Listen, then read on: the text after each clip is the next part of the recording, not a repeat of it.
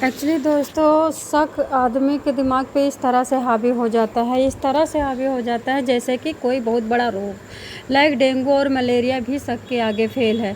शक ना तो सोने देता है, डिप्रेशन में डाल देता है, ना खाने देता है और बार बार यही मन करता है कि हमारी ज़िंदगी तो ख़राब है, हमारा नसीब तो ख़राब है, हमने तो जीवन में कुछ नहीं पाया। शक इतना बुरा रोग होता है। सेम इसी तरह से एक स्टोरी आई है। बताया जाता है कि एक आदमी होता है जो कि मुंबई में कारपेंटर का काम करता है। पिछले 10 वर्षों से अभी वो गांव में रह कर के खेती पशुपालन का काम कर रहा है। शराब का आदी है। पत्नी के संबंधों से, हंसने से, बोलने से, घूमने से, चहचहाने से उसे इतनी खुंदक होती है, इतनी खुंदक होती है। धीरे धीरे वो पत्नी के पीछे लग जाता है। पीछे लगने के बाद जो बात उसकी नज़र में आती है तो वो बहुत दुखी होता है। पत्नी पे पहले भी वो शक करता था। जब उसको पता चला कि पत्नी के अवैध संबंध गाँव के अंदर ही किसी आदमी से है तो वो काफ़ी दुखी हो जाता है। अब वो चिड़चिड़ाने लगता है, डिप्रेशन में चल जाता है, नींद उसकी ख़राब हो जाती है। आए दिन उसके घर में विवाद होता है। दंपत्ति के दो बच्चे हैं। सूरज कक्षा 9 में पढ़ता है। 14 वर्षीय बेटी षष्ठी कक्षा 7 में की छात्रा है। मृतका के पिता राजेंद्र प्रसाद ने तहरीर दी है, यानी कि ये जो आदमी है ये अपनी बीवी को शक में मार डालता है। तहरीर दी है और FIR करवाया है कि मेरा जो दामाद है ये डेली हमारी बहन बेटी को मारा करता था, पीटा करता था, दारू पी करके गहने जेवर बेच देता था।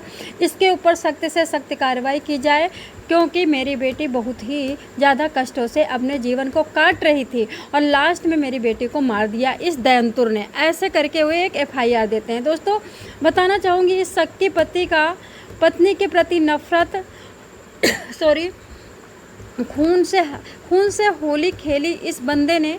सबसे पहले इसने कुल्हाड़ी उठाई। कुल्हाड़ी से जब पत्नी नहीं मरी क्योंकि कुल्हाड़ी में धार नहीं थी, फिर इसने फावड़ा उठाया और फावड़ा से कई सारे वार करके पत्नी के गले को काट दिया। बताते हैं कि अपनी पत्नी पर शक करने वाला इस आदमी ने शख्स ने पहले तो इसे नींद नहीं आ रही थी। 4 मार्च की ये घटना है, 2026 4 मार्च की। नींद नहीं आ रही थी। उसके बाद इसने अपनी पत्नी से बात करना चाहा। बात करते करते इनकी लड़ाई बढ़ती है। लड़ाई बढ़ते बढ़ते रात के 1:30 बज जाते हैं। अब इस बंदे को गुस्सा आ गई थी। इसने कुल्हाड़ी उठाया, 3-4 कुल्हाड़ी मारा लेकिन उसका सर नहीं कटा और ना वो मरी। तब इसने घर में जा कर के घुस करके फावड़ा ढूंढा और उसके बाद उस महिला को काट करके वहीं पे बैठा रहा। बताते हैं ये जो मामला आया है उत्तर प्रदेश के गोरखपुर का है। ये शक्की पति ने होली के रंगों के बजाय पत्नी के खून से होली खेली। सोचो कि बच्चे देख रहे हैं और तुम फावड़े से पूरे शरीर में टुकड़े टुकड़े कर रहे। आधी रात के बाद 1:30 बजे करीब उसने अपनी पत्नी पर हमला अचानक किया था। उसका बेटा बता रहा है, सूरज बता रहा है कि मैंने झांक करके देखा तो आवाज़ें तो आ रही थी लेकिन मम्मी नहीं बोल रही थी, पापा ही चीख रहे थे। फिर मैंने देखा पापा कुल्हाड़ी से मम्मी को मार रहे हैं। कुल्हाड़ी में धार कम थी तो पापा ने फावड़ा ढूंढा, फावड़ा इस्तेमाल किया। सूरज आगे बताता है कि मम्मी का गला काटा। इसको मतलब पापा को लगा कि मम्मी नहीं मरी है तो इसने और बहुत सारे चाकू वगैरह ढूंढे और कई जगह पूरे शरीर में गोदा।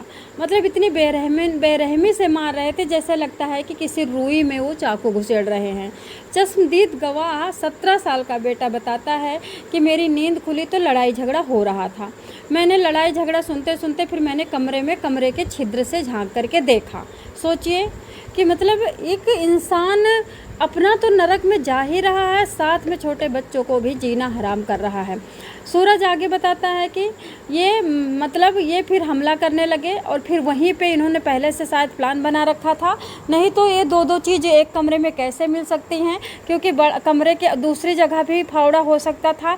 लेकिन पापा ने शायद शाम को ही फावड़ा और कुल्हाड़ी दोनों रख ली थी। पहले कुल्हाड़ी से वार किया था, उसके बाद फावड़ा से सर को धड़ से अलग कर दिया था। ये सनसनीखेज वारदात गोरखपुर के खजनी थाना क्षेत्र के डोंडा धादुपुरा गांव में मंगलवार को हुई। दोस्तों रात के 1:30 बजे।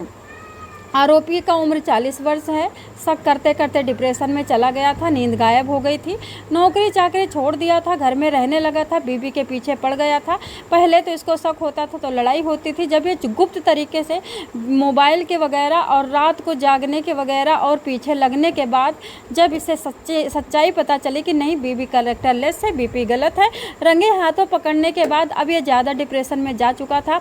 इसके लिए जीना मरना एक समान था। ये किसी को पसंद नहीं करता था, ये काम करना नहीं चाहता था। 1 बोतल की जगह 10-10 बोतल पीता था और उसके बाद गुस्से में मारने खाने दौड़ता था। अभी इसकी उम्र 40 वर्ष था। पत्नी के शक करने की वजह से ये इंसान एकदम गुमराह हो चुका था और बच्चों से भी नफरत कर बैठा था।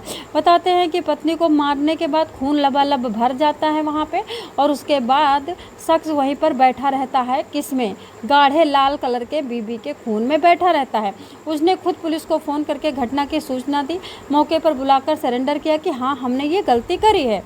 फ़ोन पर शख्स की बातें सुनकर पहले तो वहाँ पे पुलिस पहुँचती है। वहाँ का जब नज़ारा देखती है तो छपाछप बैठा है लाल कलर में और वो उसकी बीवी का रंग था जो होली के दिन उसको खेलना था, लेकिन वो खून की होली खेल रहा था। पुलिस ने आरोपी को तत्काल गिरफ्तार किया है। महिला को वहाँ पे उठा करके पुलिस के पास पोस्टमार्टम के लिए भेजा गया है। जानकारी के मुताबिक गाँव का रहने वाला ये बंदा अशोक निषाद है। इसकी उम्र 42 वर्ष है, पत्नी 40 वर्ष की है।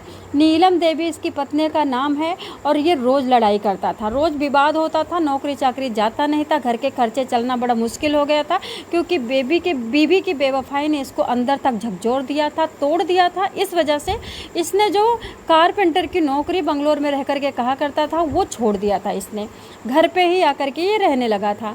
दोस्तों 17 वर्ष का बेटा हो चुका था। जब उसकी नींद खुली, जब उसने झांक करके देखा तो वो बताता है कि मेरे पिता यानी अशोक निषाद उसकी माँ पर हमला कर रहे थे, लेकिन जब कुल्हाड़ी से कर रहे थे तो माँ नहीं मर रही थी, कट नहीं रहा था बीचों बीच से शरीर, तो इन्होंने फावड़ा ढूंढ करके उनको धारदार फावड़ा था उसको उठा करके काट दिया।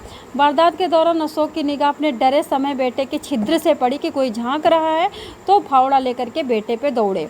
बताते हैं घटना के बाद आरोपी ने स्वयं पुलिस को फ़ोन किया, बेटे ने भी सारी बातें बताई। बेटे ने नाना को फ़ोन किया। चश्मदीद बेटे सूरज ने अपने नाना राजेंद्र निषाद को बताया, निवासी महुआ पार्क को। घटना की जानकारी देते हुए बताते हैं कि ये पापा इस तरह से कारनामे करे हैं और हमने अपनी आंखों से देखा है। मायके पक्ष के लोग ग्रामीण मौके पर पहुंच जाते हैं। ग्रामीणों के मुताबिक अशोक पहले मुंबई में कारपेंटर का काम करता था। जिस तरह से पुलिस ने गांव के लोगों से पूछा, लेकिन अब वो कुछ भी नहीं करता है। गांव में कभी खेत में काम करता है और कभी किसी के यहाँ दिहाड़ी मजदूरी करता है और सब ज़्यादा से ज़्यादा शराब पीता है। शराब पीने के बाद ये अपनी बीवी के आगे पीछे लगा रहता है और बीवी के काले कारनामों को ये पकड़ चुका है। इस वजह से ये खुंदक में जा चुका है। दोस्तों आप लोगों का क्या कहना है कि अशोक को यहाँ पे क्या करना चाहिए था? कितनी आसानी से ज़िंदगी सही चल सकती थी, लेकिन इस बंदे को डिप्रेशन ने इसको खा लिया। और एक अबला नारी बहुत कुछ करती है, लेकिन एक उल्टा नारी कुछ भी नहीं करती, सिर्फ घर को बर्बाद करती है।